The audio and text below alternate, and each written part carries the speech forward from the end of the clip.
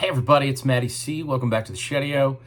What you're about to see is an interview that I recorded recently with author, substacker, and thinker Jared Yates Sexton. It's a really personal interview. We talk deeply about childhood trauma.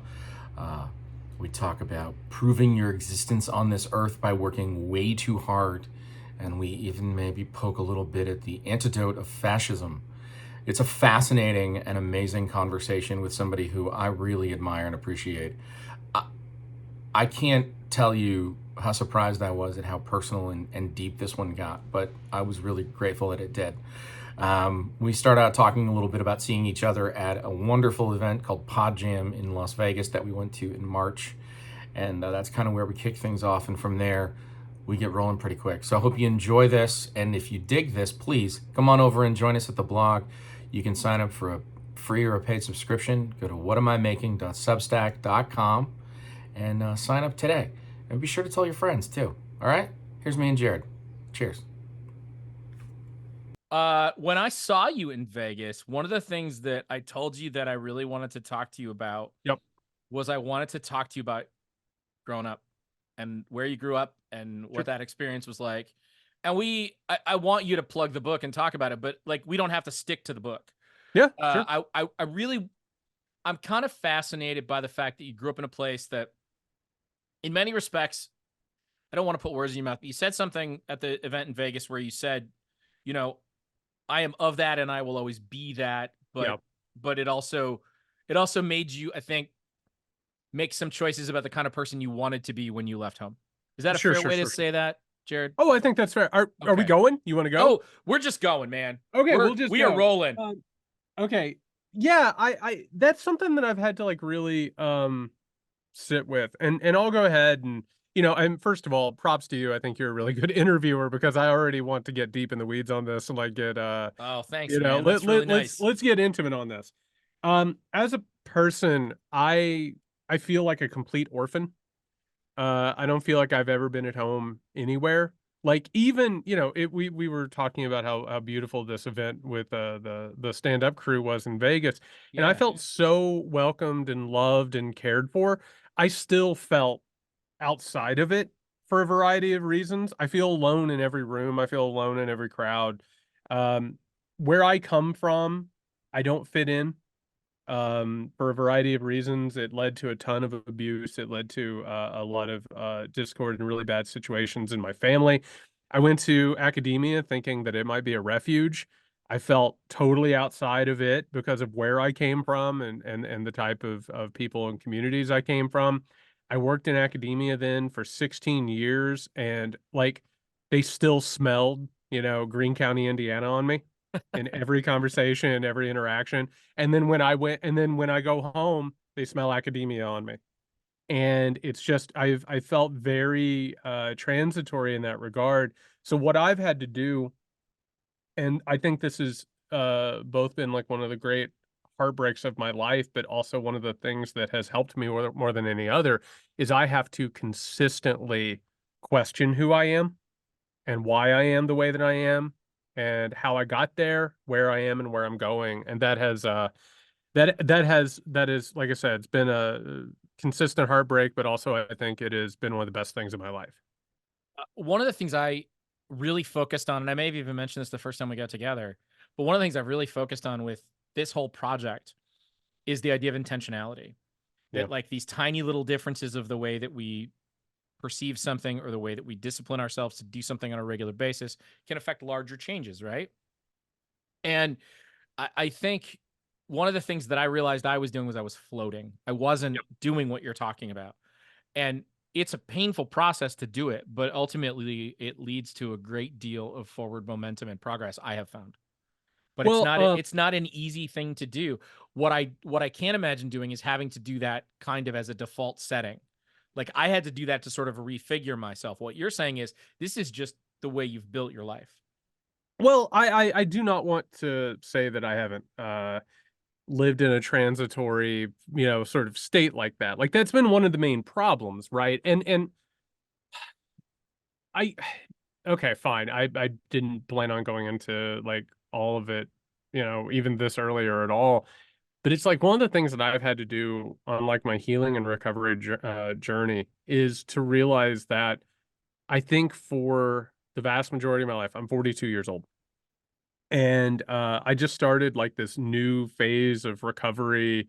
I guess I would say last October or last November. So I spent 41 years of my life thinking life was one way or living was one way, and it turns out that I was spending my life reacting to life and looking at life as if it was happening to me. And like and just lay my cards on the table. It's like you can go to bed every night and you got to figure out a way to go to sleep.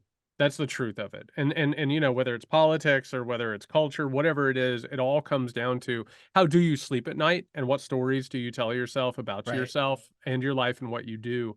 And for the longest time, and this is one of the things I think about all the time when it comes to politics and history and socioeconomic issues. The stories that you tell yourself about your life oftentimes are that you had no choice in what you did or how you lived or what you were doing. And that gives people some comfort sometimes. Mm-hmm. But I think cold clarity comes not just with intentionality, but realizing that every day, every minute, you're making choices. Yep. And if that sounds exhausting, it is. It's That's the exhausting. truth. It's way more exhausting than just sort of reacting to life as it happens. But even as you're reacting to life, you're actually choosing to react to life What you're as doing opposed by to living. reacting to life as opposed to being proactive about it, I have Yeah. found, because I've had a very similar path to you, Jared. I got there later, but I too, just in the last couple of years, have kind of changed my perspective and realized that I had done a lot of things where like I was waiting for stuff that I didn't need to wait for permission for. Yeah. Different things that I thought, okay, I need to wait until the circumstances are better. No, I need to just be less afraid and just do the thing that scares me. And what I kind of realized in doing all of that stuff was, again, this idea of like a little bit of bravery can go a long way. But every time you open up that door, you sort of expose yourself to a new level of consciousness, and the pool gets deeper every fucking time, right? Like you start to deal with and contend with more complex issues. And so in a way, like as we get better at it, the challenges get more and more significant. Are you finding that as well? Oh, absolutely. I mean, Okay. I again, just to be honest, healing is the loneliest thing I've ever done. What do you mean by that? Um, what I mean is that if you are not actively healing and living intentionally, what you build around yourself are structures that are not healthy. Mm-hmm. And, and by the way, like what you were saying in terms of like making choices or not making choices, like if we're really going to get into it, so much of it begins when you're a child. Oh, What you learn from your family, what you learn from your situation. So, for instance, just as an example, I'll give my background. I grew up in incredibly abusive households. My like when I came online, when you first start having memories and you start like actually being a person, when I was like 4 or 5, yeah. my first memories are, oh, I understand that I am in a household where violence is a everyday thing. And that's not just screaming, it's not mental and verbal abuse, it's literally getting the shit kicked out of you if you do the wrong thing, right? So for instance, one of the reasons I'm a political analyst is because I'm hyper vigilant. Because I learned from the age of 4 and 5 how to tell when my stepfather walked in the door whether or not you were in danger or not, right? You read the Right. room. You like I it's funny, when I talk to people, I notice things about them and they're really shocked that I do. And the reason I notice things about them is because I've had to in order to survive. The scary thing about that is when you're a child, you do so many things because if you don't have parents, if you don't have a support system, you will die. You Right. you Absolutely. you will literally die. Yes. And so your brain figures out how to survive in those circumstances. And what happens is over time, you start building an invisible prison for yourself. And it's these are the behaviors, here are the actions that will keep me alive or that will keep people around. And so one of the things, unfortunately, that I had to learn is that, you know, I lacked a sense of self-worth because obviously if these things, because the mind tells you something. If you're being abused and the parent is doing it, you have to figure it out in your brain why that's happening. And the brain has a quick answer for that. You deserve it. You're shitty. Yeah, you're a terrible person. These people have you figured out. And it's not that they're awful, right? Because if they Right. were awful, you would have to leave them and you might die. So Yeah. you create an invisible sort of prison around yourself. And when you start healing, even when you're older, and you start looking at these things and being intentional about, and by the way, this is why so many people don't do it. It's hard. Well, This is one of the reasons why we have an entire political movement in this country that tells you, no, you're not wrong. Everybody else is wrong. Right? I yeah, mean, because that being wrong is it's humbling. oh, and it sucks so bad. and It's and so it's bad. difficult to accept. And Yes. then you have to turn around and you have to learn a whole new idea that you thought was bullshit before. You have to learn it. You have to deconstruct who you've been. You have to learn something else. And then every single day from then on, your normal nominal programming, you have to fight against it. Right. Right? So one of the things that happens is when you start looking around, and again, I didn't plan on talking about it on this podcast, but you're a great interviewer, and here we are. Like, one of the things I've had to learn is how to heal from what some people would call codependency, which in a lot of relationships, like if I have had a friend, like I don't trust that they're my friend. I think that they're confused about me. They think Right. I'm a good person and I'm worth spending time with. I'm waiting on them to discover their mistake. I'm waiting on them to suddenly realize that. And by the way, in the meantime, before they discover that mistake, I will do anything for them. I will put up with anything. They can treat me Yeah. however they want. And as a result, I can take it because I've learned in all my years of going through this abuse and all this stuff that I can take it. Learning that's different. You have to reconsider all of your relationships, all of your interactions, all of your actions. That's exhausting Well, and lonely. it's Yeah. it's terrifying. You're right on all accounts. The other thing is you have to remember that we're talking about, your brain going, well, these people must have me figured out. I must be a terrible person. Yes. Right. And so your brain, because it's still learning stuff, tells you that. Well, then you start to go back through all of these different relationships that you're talking about that are unhealthy, and then you're reassessing those. What's the one common denominator? It's you. It's always It's you. you. And so therefore, then there's a part of your brain that's like, well, clearly the reason here there's a problem is the through line is you, and you're a piece of shit. And I want to make something clear, because this is part of the larger project that I'm working on right now, now that all this has become very clear. Society itself is unhealthy. Our political system, economic system, everything's unhealthy.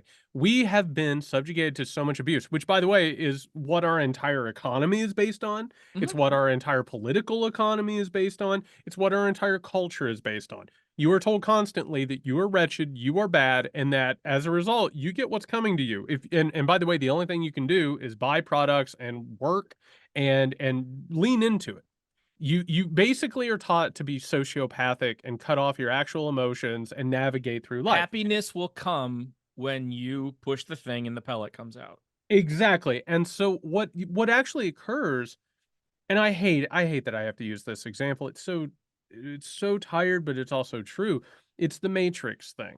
It literally is popping out of a framework that you thought was the entirety of reality, and suddenly you have to reconsider everything that you've ever known about anything, and that new lens, like, you have to get educated very fast, you have to get adapted very fast, you have to process it very fast, you have to integrate it very fast, and that is one of the loneliest feelings I've ever found. But here's the thing, and I just want to put a final pin on that. I had a realization the other night when I was thinking about it. That loneliness that you feel in recovery is actually the loneliness that you've always felt. You've always been lonely.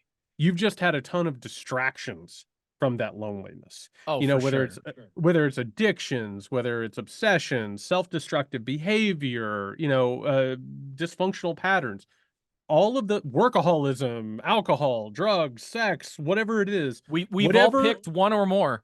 Exactly. It's the Pokemon. You got to catch them all.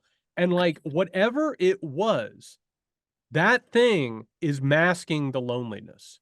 And I don't know that enough people understand that. And this is so embarrassing, but when it finally clicked on for me, it was years ago. You remember Hoarders. Remember that TV show For Hoarders? sure. Absolutely. You know, you'd watch Hoarders, and of course, it was sort of misery porn, right? Yeah. Like, oh my Yeah. God, how do these people live like this? Right. And it was absurd. But then there was always a moment in the show, and the producers were very smart. And eventually they would talk to the hoarder, and they'd be like, you know, what happened? And then inevitably there was something that happened to this person that it was like a hole that got created in them, and they had to fill it. Right. And what you It's a start death. It's a ending of a relationship. It's an illness. It's whatever. It's abuse, it's whatever, it's some Yeah. trauma, which at the heart of all this, the trauma is the great secret of everything. It's how you live, how everyone else lives, how politics works, all of it. And what it all comes down to is this. What we're talking about are externalizations of internal loneliness and internal suffering.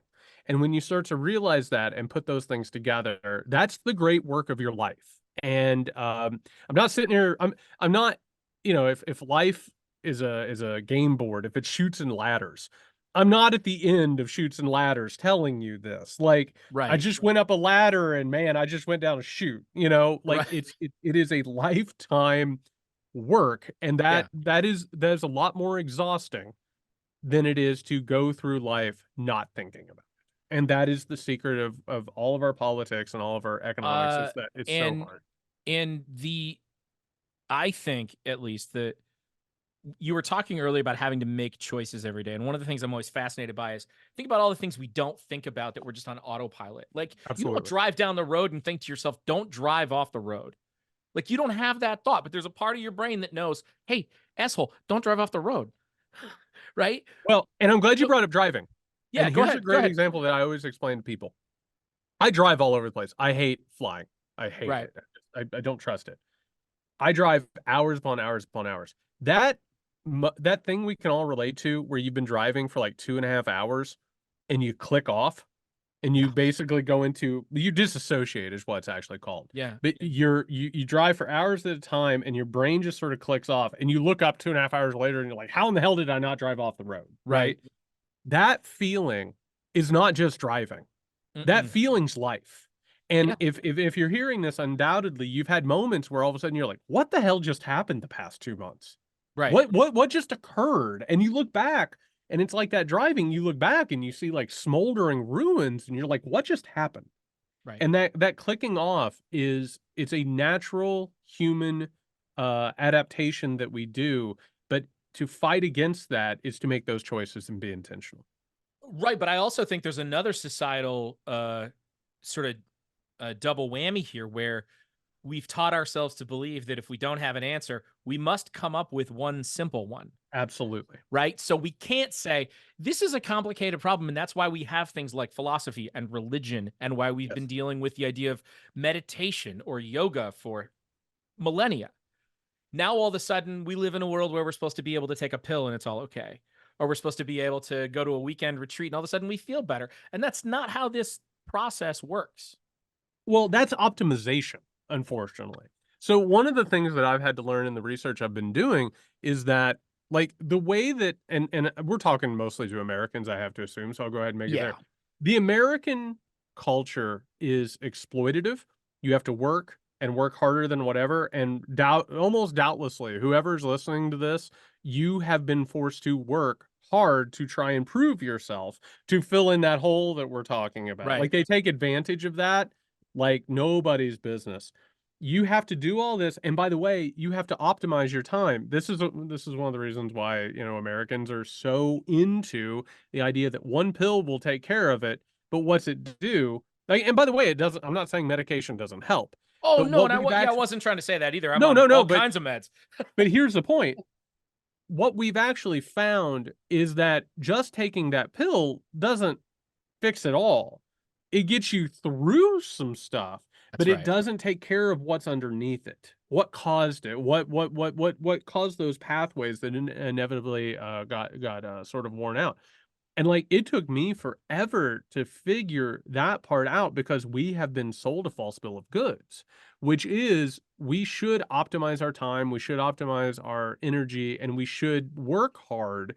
But actually, what you're doing is you're just sort of ignoring what's actually down at the base part of ourselves. And And I think it has to be a thing where you say, I'm going to work hard, but I don't think all of that work ought to be for someone else's benefit. I think some of that work ought to be time that you take to work on making yourself healthier and more self-aware and more calm and more peaceful and more enlightened and more focused. I completely agree, and I want to make a confession. So I first started covering politics like professionally back in 2016.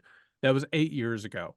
I think in those 8 years, oh my God, I think I've written 4 books, maybe 5 books in 8 years.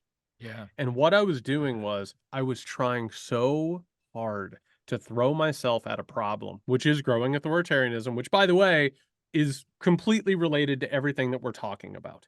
It Yes. is that is the nut at the heart of authoritarianism, which is unhealthiness and abuse that continues to perpetuate itself and grow. And that becomes comes to be accepted as normal behavior. And comes to be that sociopathic behavior that comes to be accepted not just as normal behavior, but the best only behavior, right?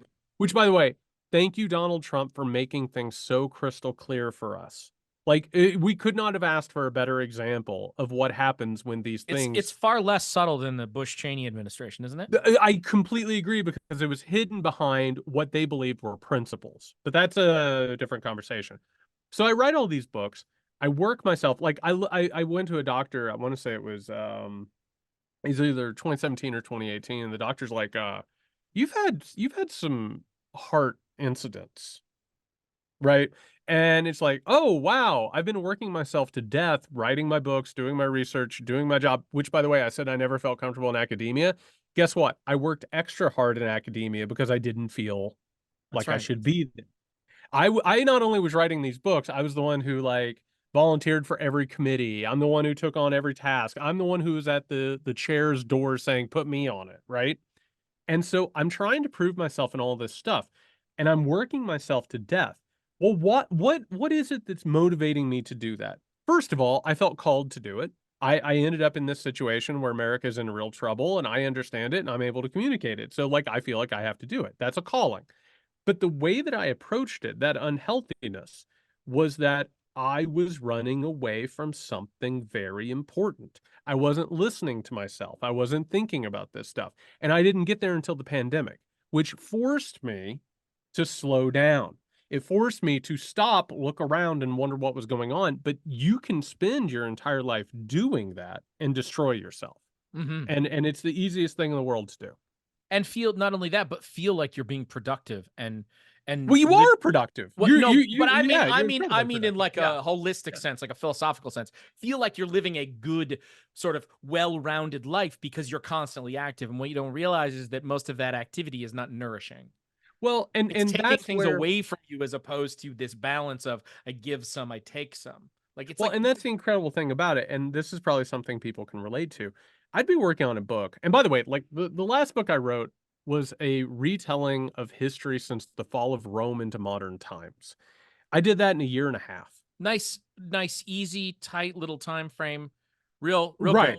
good. Right. A year and a half to basically write 10 doctoral theses, right? Put together in a book. Well, okay, so I would work, God, I don't know. I'd work 12, 13 hours after doing my regular job, right? Ugh, By the time I hit the pillow, I was exhausted. And yeah. Matthew, I would fall asleep, but guess what? I would wake up at 3:15 in the morning, overcome with the biggest existential dread that you can ever imagine. I'm sure everybody listening has those moments.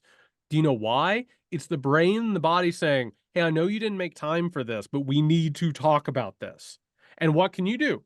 You can take sleeping medication, you can drink, you can use drugs, you can do whatever to make that quiet down. It's Yep. still going to come up because it's unavoidable, because it at the baseline, it isn't healthy. And it's not just that it's not like a lot of people here, it's not healthy. And you think, oh, it's a little bad for me. No, it's fatal. It's fatal. Like this is a thing where if you take it to an end degree, like if I said to you, hey, I'm a junkie and I'm hooked on heroin, you might look at that and extrapolate it out and go, okay, you're either going to get clean or you're going to die. Like those are probably the two options. It's just a matter of time, right? People don't look at workaholism that way. And No. I totally am like, Jared, you and I are super similar in this respect in that we're we're like overdoing our work to try to validate our worth and to try to Existence. like get over existence. Yeah. You mentioned, it's funny. I'm gonna backtrack for a minute because you mentioned codependency, and I think this is directly related. I hadn't taken the Adult Children of Alcoholics survey since I was about 20. I'm 51. I took it over the winter. I went 13 for 13. Yep. Yep. Have you ever heard of ACEs?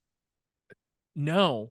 So for people at home, ACEs is called Adverse Childhood Experiences. Okay. So there was this, God, it's so terrible. This is in my book. I should know the guy offhand who did it. He was working for, I believe it was Kaiser Permanente.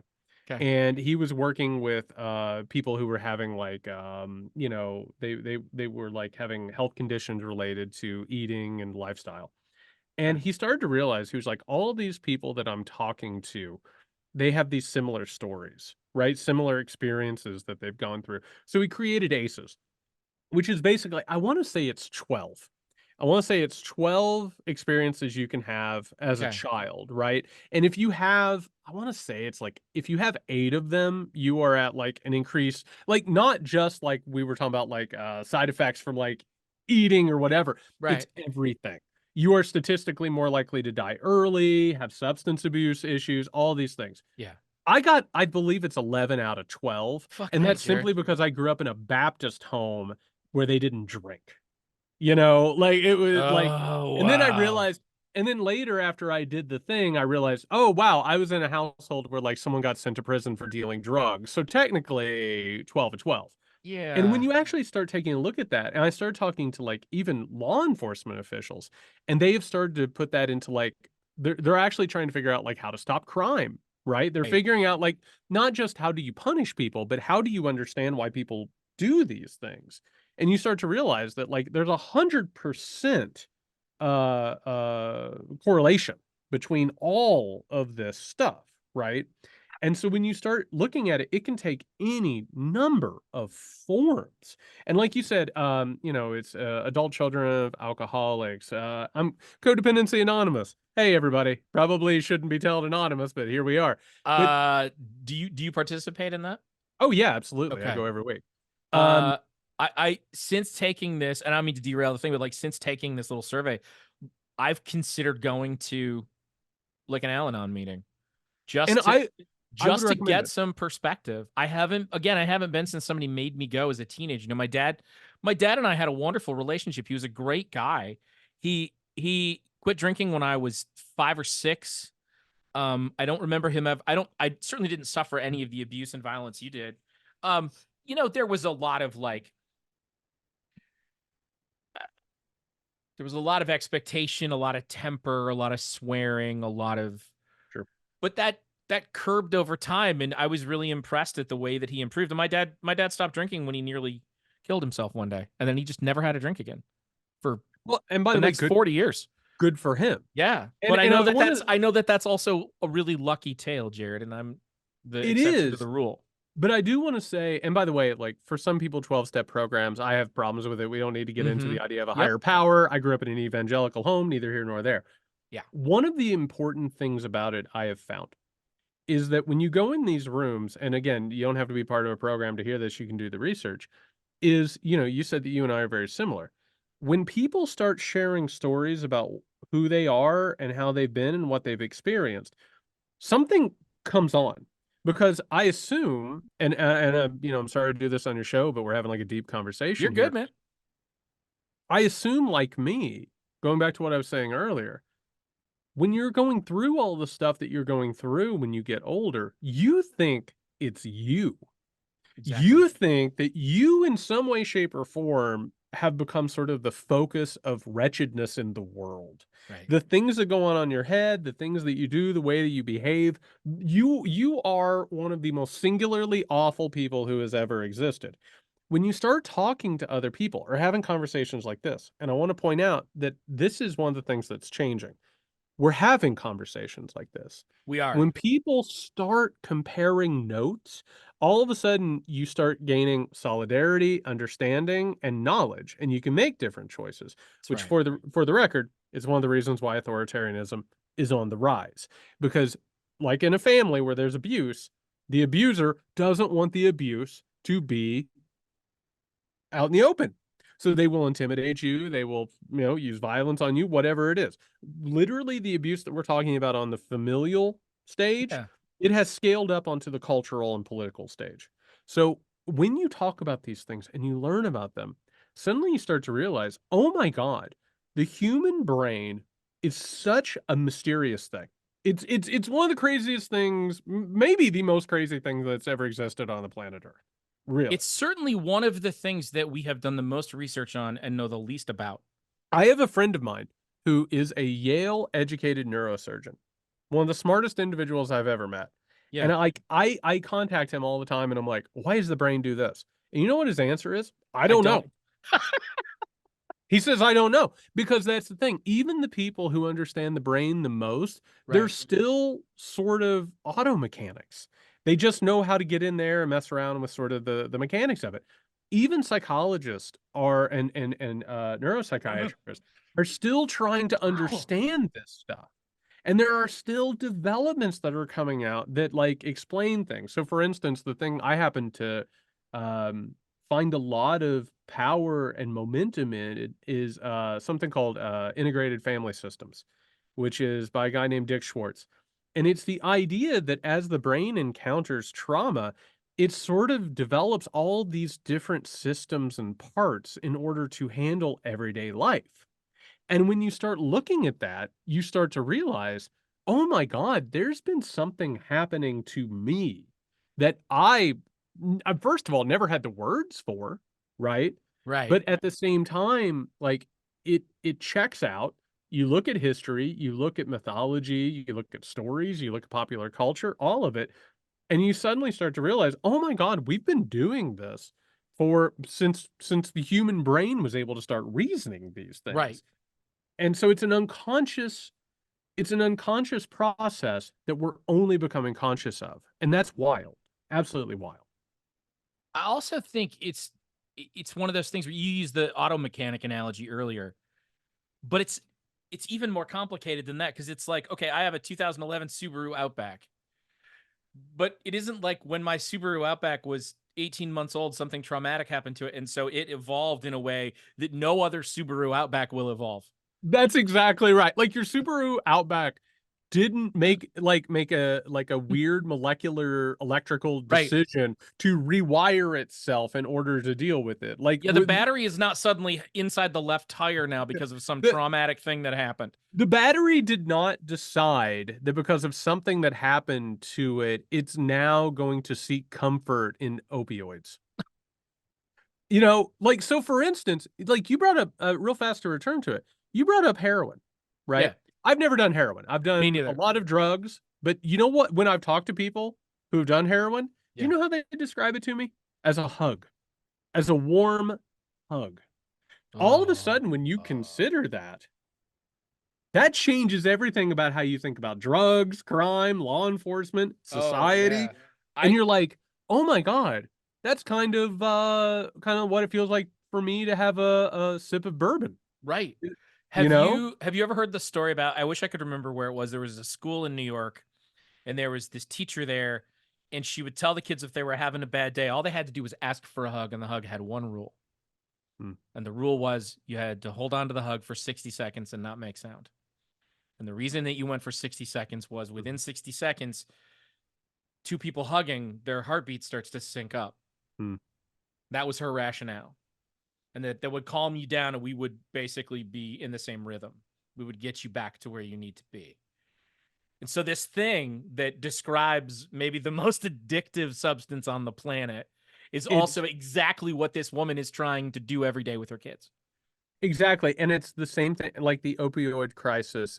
I'm sorry, but like the place where I came from was absolutely devastated by it. Sure. And one of the reasons why, it's not just human misery in general, it's personal misery.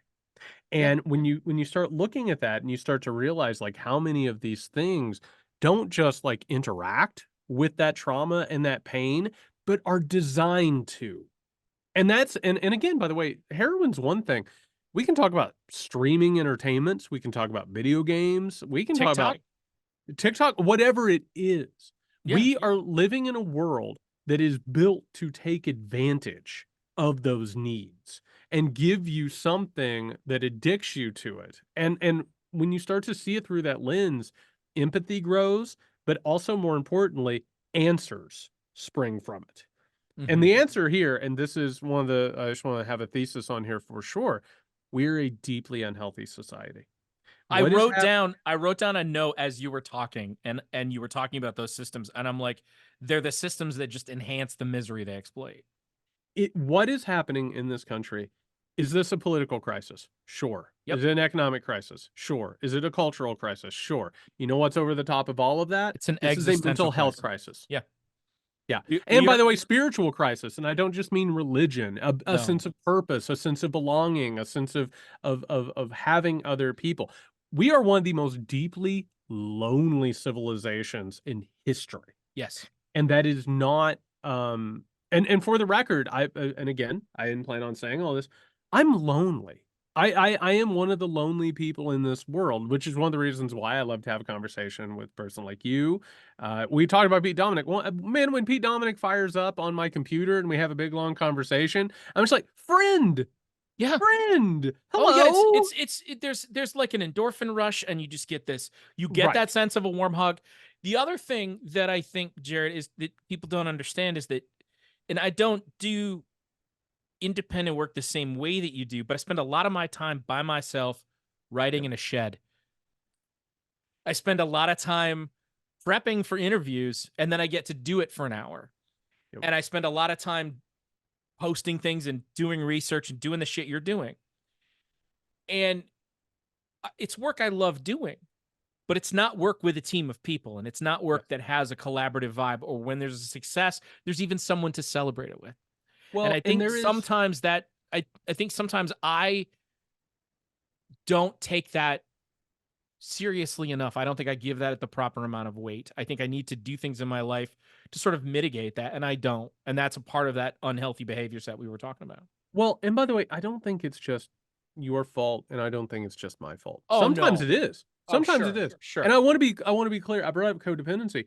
One of the things, and I said, I was always afraid that a friend of mine would suddenly discover that something was wrong with me and they didn't want to be my friend anymore. Yeah. Do you know what that kept me from doing?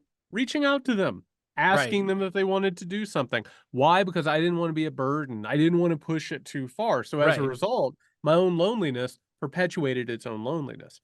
But that doesn't, and you brought up like being, in my neighborhood, I'm surrounded by people who work at home. I'm a person that works at home. I do my work at home. Like, that is good, by the way. I actually don't think that the old office life of America is healthy. And I think that office life, you read these articles and they're like, well, in my day, we had a community in the office and that was everything I needed. Well, no, that was used against you as well, right? We laugh about this where we're like, if your boss says, we're family here, they're getting ready to screw you over. Yep. If your boss brings in pizza or donuts or a cake, like they're about to screw you over on something because there's a parasocial relationship that's being created there. The problem in America is that we have lost our ability to find common cause with other people. We have been told not to engage in intimacy with each other. Why? Because of the sociopathic environment we were just talking about. If you by the way, like I just got on here. I don't even know how long we've been talking. And like, I don't even know. It doesn't matter. I've been way too honest. You know what I mean? Like that's what we're here for, man.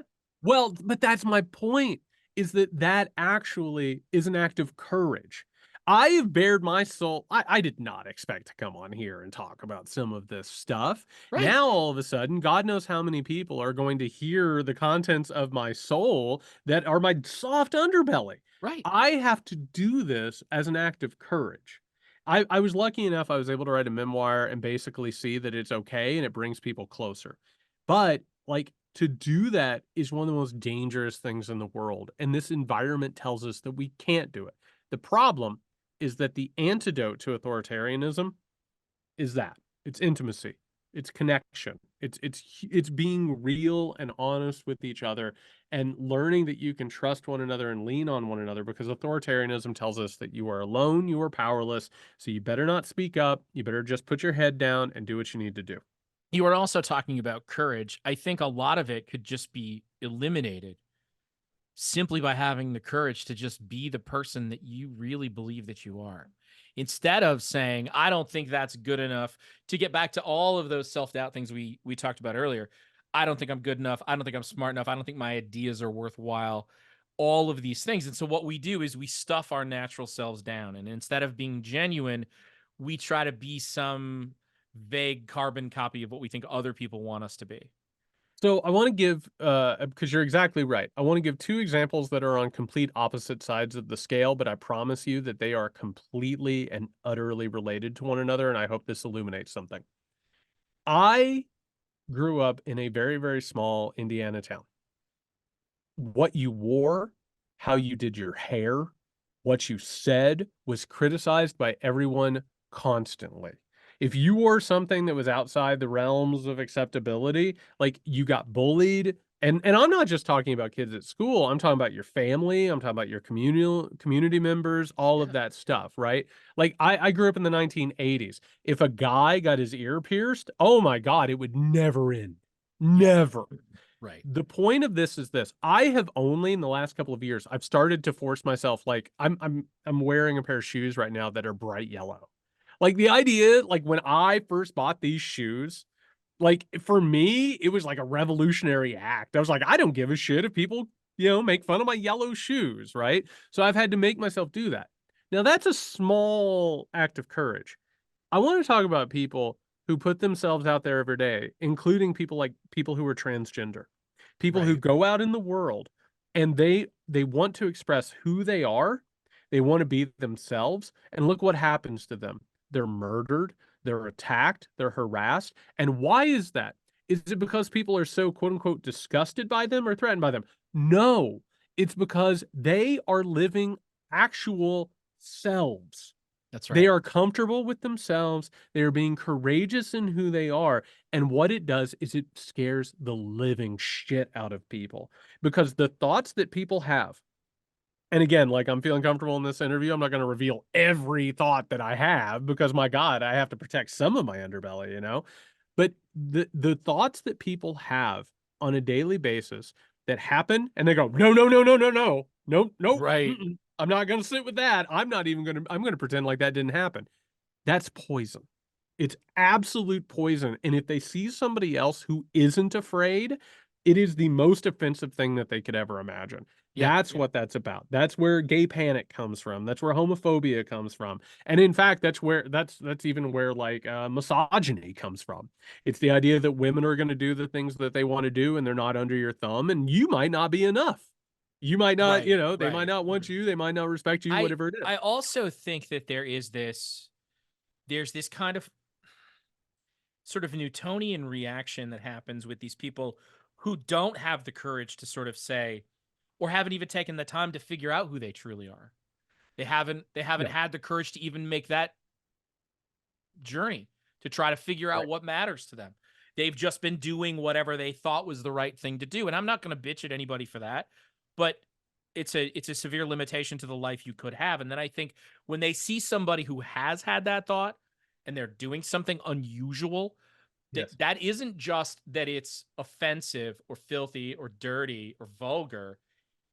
It's that it's brave and beautiful, and they're angry that somebody else is capable of doing something that they want to do and can't. I could not agree more. It offends the person because it reflects something back on them. Exactly. It reflects some sort of failure. And by the way, so far I've talked about authoritarianism, and like I know that everybody knows that I'm talking about right-wing authoritarianism here, but I want to make it clear. Even people who are classically tolerant, even people who are like, yes, absolutely, feminism, gay rights, trans rights, all of it. Even some of those people are still not honest about who they are. It is so endemic across our political structure, it's one of the reasons why our politics don't make sense. Because a lot of what people say or what they believe about themselves isn't how they conduct themselves. And I do believe, and Donald Trump, I said, is like this wonderful example. But I think one of the reasons we hate Donald Trump so much, besides obviously his opinions are abhorrent, I think he shows us the worst parts of ourselves. I think when we look at Donald Trump and we see the cravenness, we see the anger, we see the dismissiveness, we see who we are when things are at our worst. You know what I mean? When like Absolutely. when we're in our brain, when we haven't dealt with our programming, when we're not healing, when we're not moving forward, we repel from it and we hate it because it reflects something that we don't want to sit with and that we're not ready to heal from.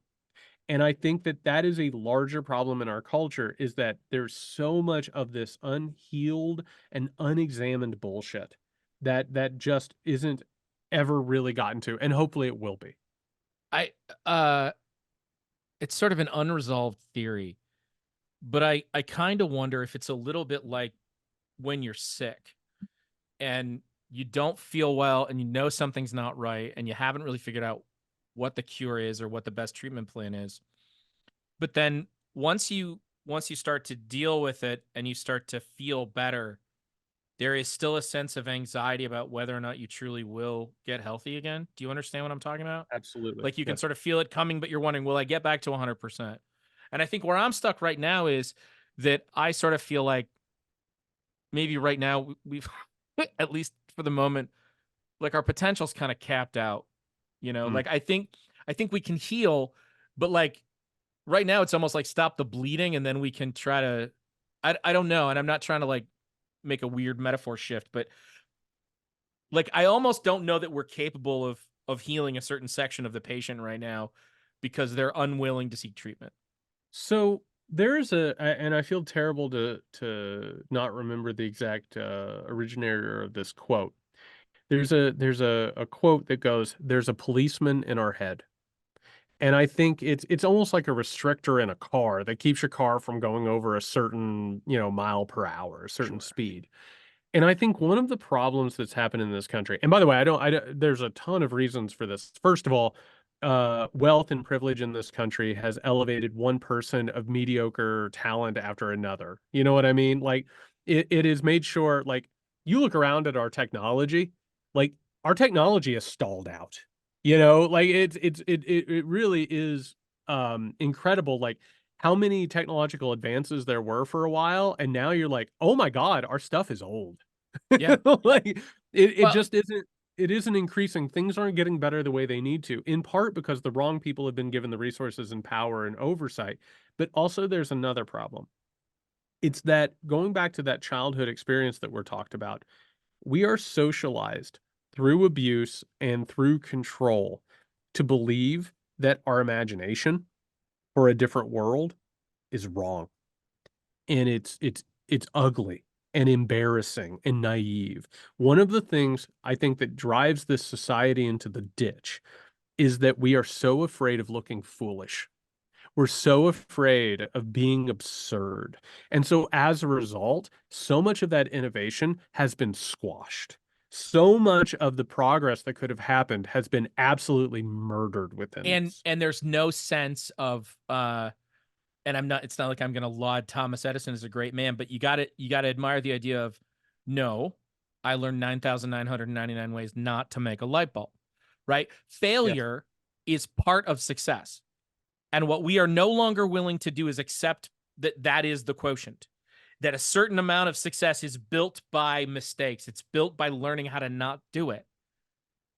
But we live in a society that constantly records our mistakes. Right. So we're sitting here, we're talking on the internet. I've got over here, I'm charging my phone. We have a device that can capture literally everything that happens. Yeah. We are all, and Yeah. by the way, we all know this. How many times have we seen videos of not just people like, trying to skateboard and, basically breaking their necks, right? But Right. also, how many times have we seen like videos of people saying the wrong things or acting the Right. wrong way? So we live in a society that and by the way, that doesn't just carry a cost of getting embarrassed, which is bad enough, right? Having society Yeah. judge you. It also has economic, cultural, and political ramifications, right? So you have to be careful at all times. Again, I'll be straight up honest with you. I've probably been way too honest in this interview so far. You know, like when I get done with this, I'm going to feel replenished by it, but I'm also going to have that overshare kind of Yeah. anxiety, right? Yeah, you're gonna Which have we that all feeling of like, oh, was that too much? exactly. Yeah. And then what also is taking place in it is that we have, in order to make this society better, in order to stave off authoritarianism, we have to come to one general conclusion, and it's hard and it's embarrassing, and I almost hate saying it out loud, but it's true. We have to come to believe that we deserve better. And that's a hard thing to say out loud. That's if you think Jared, this is where we started. We I started with this know. whole idea that we've had this trauma built into us that we don't deserve this because we're not worthy. And which, by the way, in my last book, I made the argument that that is the idea of original sin. The Oh, problem yes. in the very beginning was that we were told that humanity made a mistake and that we're all descendants from that mistake. And as a result, we all deserve to suffer. Here's the thing. We were talking about technological advances. We don't have fucking healthcare in this country. No. It's not even, and which is absurd. We don't have childcare. By the way, for people who don't know at home, like the child mortality rate in this country is off the charts. This It's is the the one thing we're doing really well. is killing kids. Correct. And for the record, we're the wealthiest, most powerful society in the history of the world. Yep. The reason why we haven't gotten there is because there's a deep embedded belief, and most people don't want to sit with this. This is uncomfortable, that people don't deserve it. Yeah. That people are bad, and maybe you deserve it, but other people don't deserve it. That's right. That's right. And the problem is that we have to heal ourselves from the trauma that's been inflicted on us, not just by our families, not just by history, not just by the state, but just in general. We have to heal from that and come to the belief that we deserve better. And when we believe that we deserve better and we shut off that policeman in the head or the abuser that we had when we were a child, when we're able to shut that off, we're going to get what we deserve. And that's and revolutions throughout history. I've studied one revolutionary movement after another. You know what they do first? They discover that they have been tortured. You know, that they have been fed a line of horse shit. And that line of horseshit has hurt them psychologically. And the first thing that they have to do is they have to heal from the abuse that's been heaped upon them. And when they do, they become unstoppable. Yeah. It's this is a beautiful way to kind of tie this up. I had written a note here a minute ago. I grew up a big baseball fan. Me too. And one of the phrases I always loved was one of the Tiger broadcasters would always say, "You got to trust your stuff." Yeah. Anytime he was talking about a pitcher, he'd say, "You got to trust your stuff." And I find so often, as so many old men of my family do, I find that it's so easy to use that as a corollary for so many things in life. This is a classic example. Trust your stuff. Trust that your pitches are valuable. Trust that what you have to offer is worth something. Trust that the world that you envision is not only possible, but you deserve it. And that has to come with a healthy dose of reality. You have to learn. And so, for instance, I taught, and I'm a baseball guy too. I just want to say really, really quick, and hopefully this makes something clear. I'm a Cubs fan. I figured that from the hat. Yeah. So my identity was the lovable loser for a long time. We Right. don't win, but that makes me stronger, Right. right? Like I can go through years and years of losing seasons. 2016 came around, they won the World Series. I didn't know what to do with that. I didn't have a clue what to do with them. One of the greatest moments of my life, and I didn't know what to do with it. But you know what happens when you talk about trusting your stuff?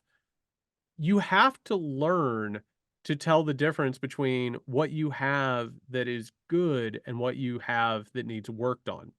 I was a writing professor, like I said, for 15, 16 years. And what I would tell students is you have to learn what it is that works and what doesn't work, which means you can't have like an elevated sense of perfection. That's when you get entitlement, right? Oh, they don't like this or this doesn't work. Well, the world's against me. Right. I spent many years as an angry young man writer. You know, why didn't the world know what I had to say had substance and should have been discovered? But when I discovered, I was like, oh my God, this is actually where this works and how this works. And this is what I have to offer of value. That's magical. That's what moves things Forward. Because again, your stuff can only come from you. And it's Right. the only version, and it's so cliche, but like, you've got that awesome looking book cover behind you. You're the only person capable of writing that book. Well, I appreciate that.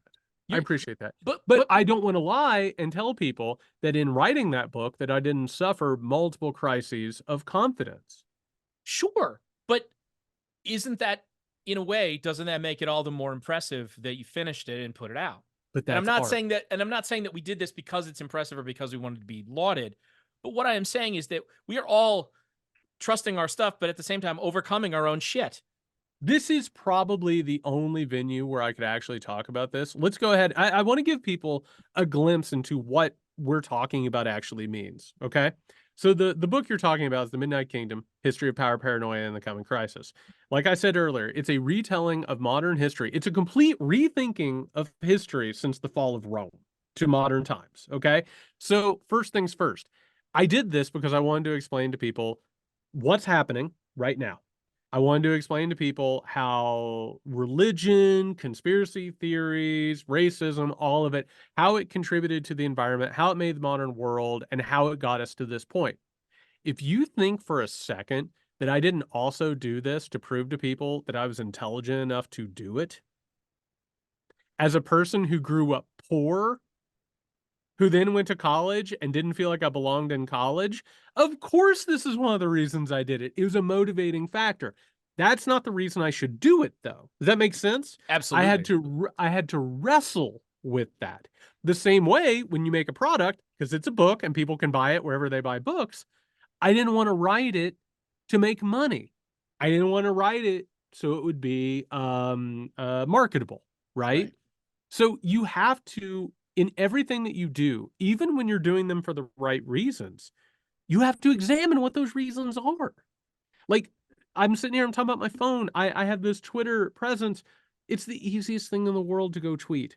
You know what I mean? I could just say something right. I could tell you right now 200 different tweets that would go viral, that would help me financially, that would, do any number of things. It's the easiest thing in the world, which is why this platform sort of exists the way that it does, right? It's to get us into the mindset of products and ourselves as products. I have to stop before I post something, before I write something. When I wake up in the morning, I have to look in the mirror and say, why am I doing what I'm doing? Am I doing it for the right reasons? Am I doing it for healthy reasons? Am I doing it because of self, or am I doing it because of what we've talked about, those things inside of me that I try and fill? You know what I mean? Absolutely. And that is a completely hard thing to do, but it's the only thing that we can do if we actually want to get better. And I think the only way to do it is to do it with clear eyes and to say, I can acknowledge that today I am doing this deliberately to distract myself. Or And I'm not pitching perfect games. No. Listen, no. Okay. if you're one of the best, we're talking about trust in your stuff. Look, if I got an ERA like 3.75 and I get like 72% of the guys out, I'm doing great. You're on the all-star team. I'm doing great, right? Like I don't have to win every single at bat. Absolutely. And weirdly enough, and it's only coming to my mind because you've got guitars in your background, I'm learning how to play guitar. Oh, good for you. Oh, thank you. And one of the things that I've found is if I'm playing a song, and listen, I'm not a virtuoso, like I'm still learning. Like when I play a song, do you know how many times I mess up in a song? Multiple times. But when I mess up less than I do right, I consider that a victory. That's right. And you're not going to pitch a perfect game. You're not going to go to bed at night, any night of your life, and say, man, I made every right choice. I did everything perfect. Oh, man, I'm killing it. You are going to have this list and this list. And by the way, multiple lists. You're going to have the right list, the bad list, the neutral list, all these different lists. And that, by the way, is a lot different than being like, man, nailed it today. Nothing to look at. Time to go to sleep. Which is, that mindset is what leads to things like authoritarianism. Yeah, because there's nothing to work on. Well, no. All you have to do is shut up the people who are telling you did wrong. Right. That's it. Yeah. That's it. Yeah. Jared, I don't know how we took your wild upbringing in Indiana and went through basically dealing with codependency. Oh, I know the other thing I wanted to mention to you before I let you go. Are you familiar with the Blaise Pascal quote of so I want to make sure I get this right. It's pretty close.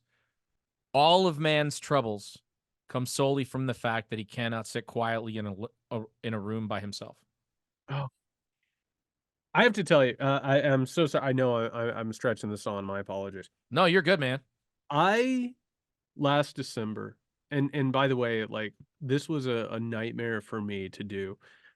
I went out to a cabin out in the middle of nowhere, like where I didn't have phone reception, I didn't have the internet, I didn't have anything. I went, I took some books, I took some playing cards, I took some food, I took my guitar, and you know what I discovered? And it was really beautiful. I kept myself really good company. And I realized suddenly how much of my life, and I don't just mean relationships, I don't just mean politics, I mean everything, how much of my life I had spent avoiding time with myself. And we do Oof. that. We're Oh, so afraid of it. We fill it up with podcasts and music and drugs and sex and all of it. Work. We do that to keep from having to sit quietly because the thoughts that bubble up, like so many bubbles in a water cooler, we don't want them. And we have to listen to them. Have to. You said something earlier about how, you can push that down now, but it's going to show up later and it's going to come back bigger and it's going to be more unwieldy to deal with. It's not going to get simpler. No. It's just, and there are days where you can't reckon with it. You just have to kick it down the line, right? No. You just have to go, I got to find a way to get to tomorrow and I can't do you today.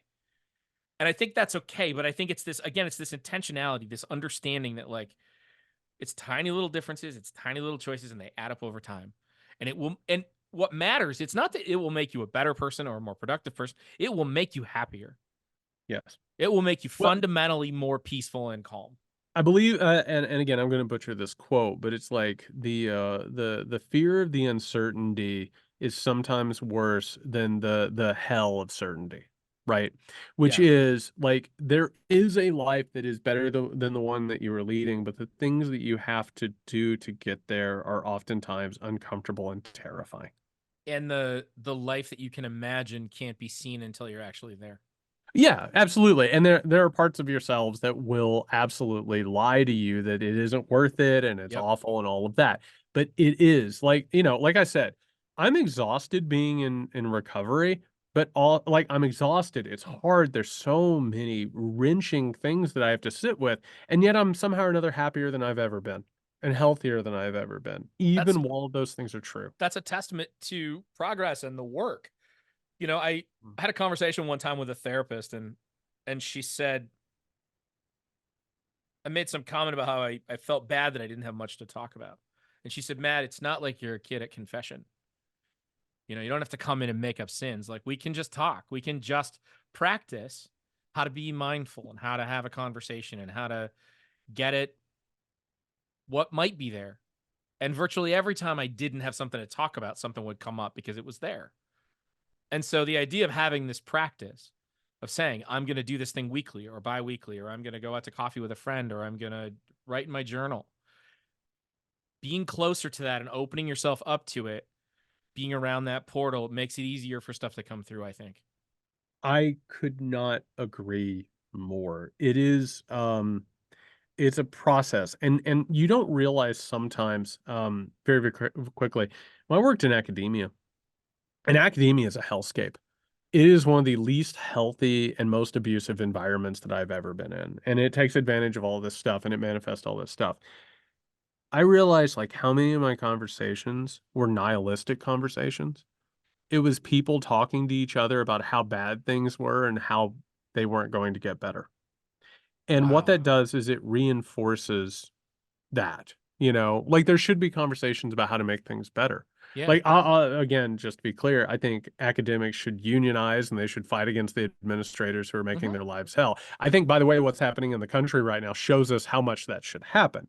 Yes. But that involves terror. You have to put your life on the line. You have to put your career on the line. You have to make changes. Sometimes, if you look at really substantive change, look at how long it takes and the sacrifices that are made to get it. Oh, You know, absolutely. I don't care if you're talking about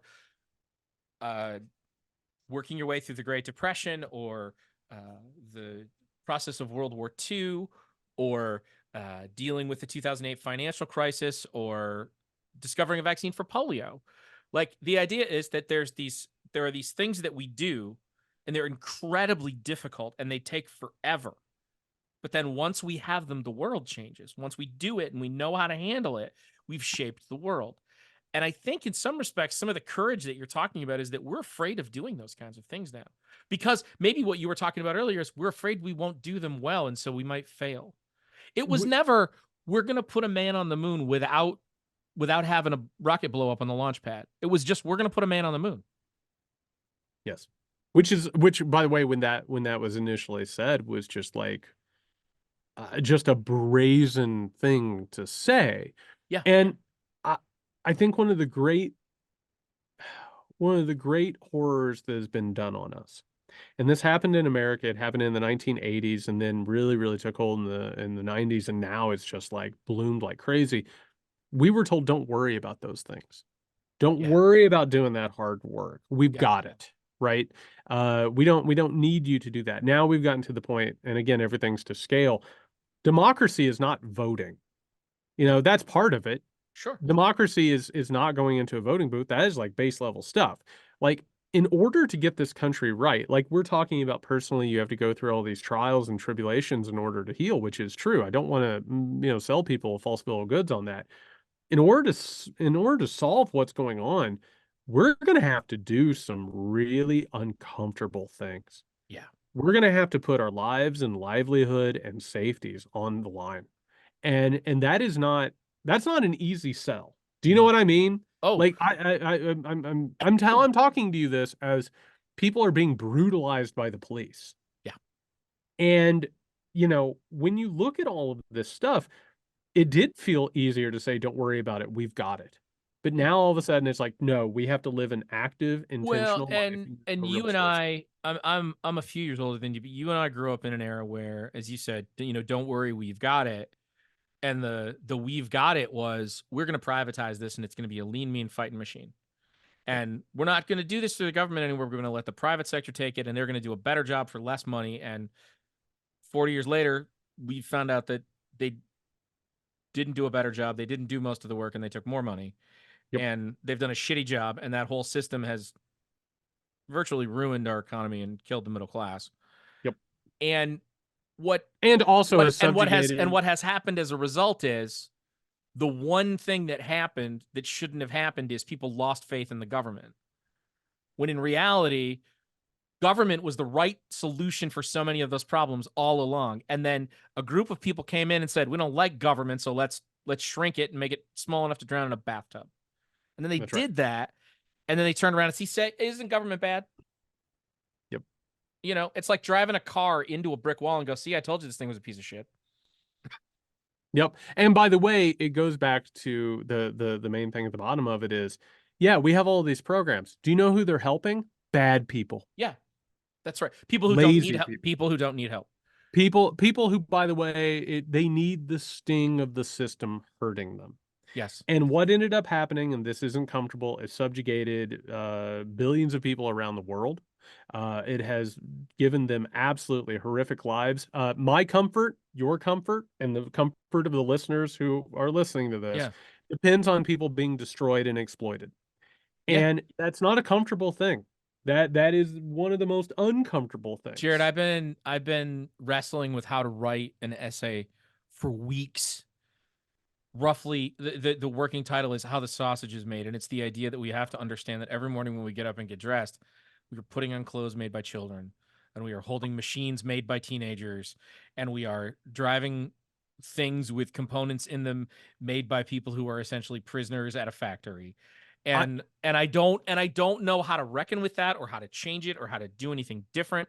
And it's one of the hardest things I've ever had to write. This is the sad truth of it. I'm sitting here talking to you, by the way, and like as I'm looking around like my little recording area, like this recording area would not exist if it wasn't for child slavery. if it wasn't for dictators, if it wasn't Right. for a military machine that keeps people in servitude. For people who don't know at home, and I'm sorry, this isn't uplifting and this feels bad, your cell phones were made by people who were so uh, living in such misery that they were killing themselves at such a rate that they had to install nets at the factory where That's they right. did it. Now, Yeah. I have a choice. I can either think about that and deal with the fact that I have this phone. I'm holding it up right now for you. I Yeah. have this phone.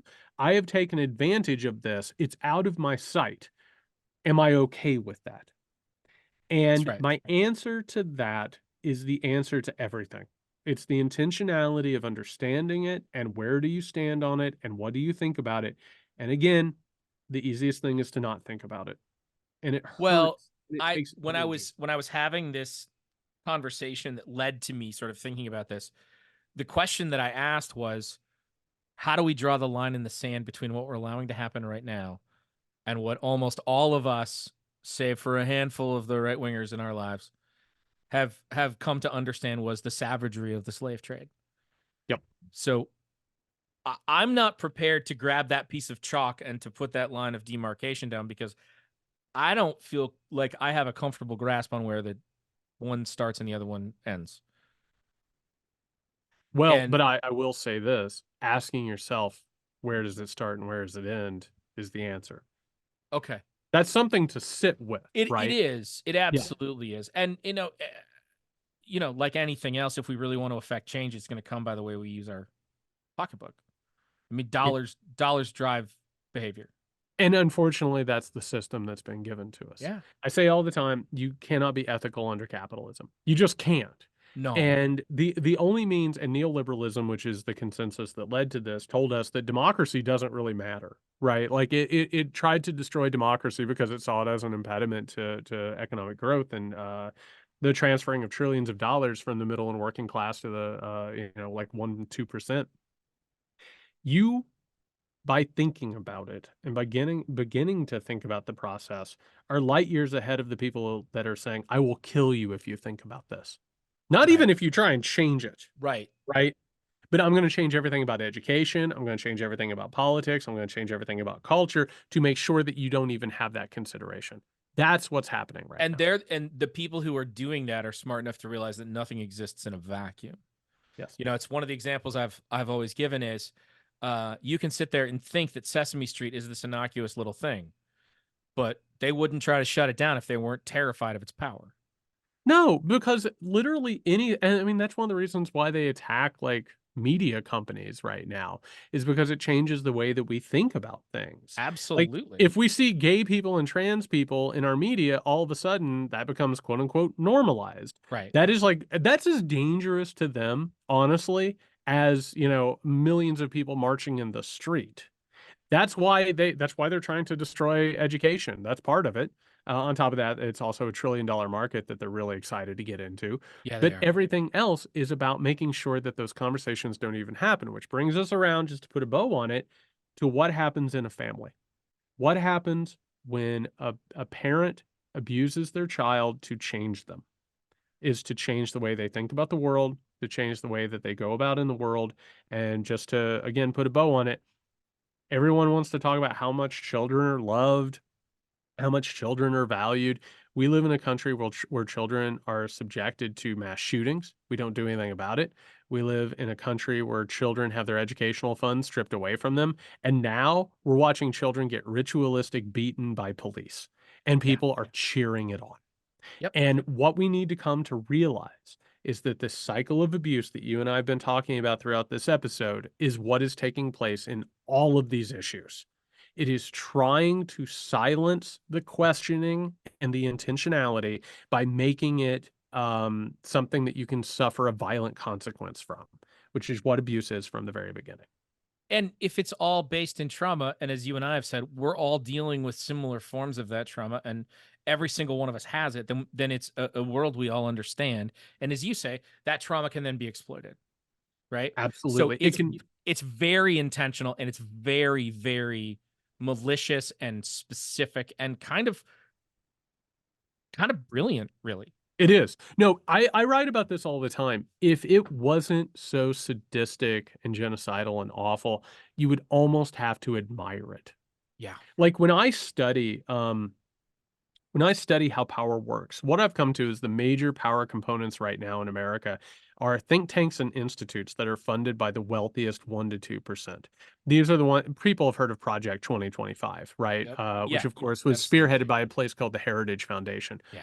All of these different think tanks and institutes, right now, as we're talking, are in the most glamorous meeting rooms that you could ever imagine. They have all of the money that educators don't have. They have all the money Yeah. that people don't have for healthcare. And what are they studying right now? Exactly what we're talking about. How to exploit the trauma that's already happened, how to broaden the trauma, and how to use that trauma as a political and economic base. And that's really frightening to think about. It is systematic, planned abuse in order to carry out political agendas. Because it has a very specific end game. Yes. And because that end game is largely two-pronged, it's control and money. And I think they're more concerned, to be honest with you. I used to think it was about control. I actually gave them too much credit. They don't actually want control. The money is the control they want. And Well, if they that's what have money is. and they have if they have the money, then they can do everything else. And so to them, it's all very simple. You just literally follow the money. And the Yep. money will bring you whatever you want, and you can do whatever you need to get it. And they have talked themselves into believing that they're on a mission from God. Yep. Well, that's what makes them sleep at night. That's the story that they tell Right. themselves, that God is on their side. And just very, very quickly to finish this up, I want people to imagine that politics boils down to a family of four sitting at a table. There is an abusive father, there's a mother, there's two children, right? Yep. They're trying to decide what they're going to do with $100, right? Yep. The father has intimidated everybody through violence. When it comes time to vote for what to do with that $100 in true Yep. democracy, the people are going to vote with the father who is abusing them That's right. because they're intimidated by the violence and the aggression and the abuse. And that is what has happened in the larger scope of things. We are in an abusive, dysfunctional environment, and the sooner we realize that, the better we'll be off. Jared, thank you so much for doing this, man. This was an amazing conversation. Well, I really appreciate it. I don't get to have this at length very often, but I think this is important stuff.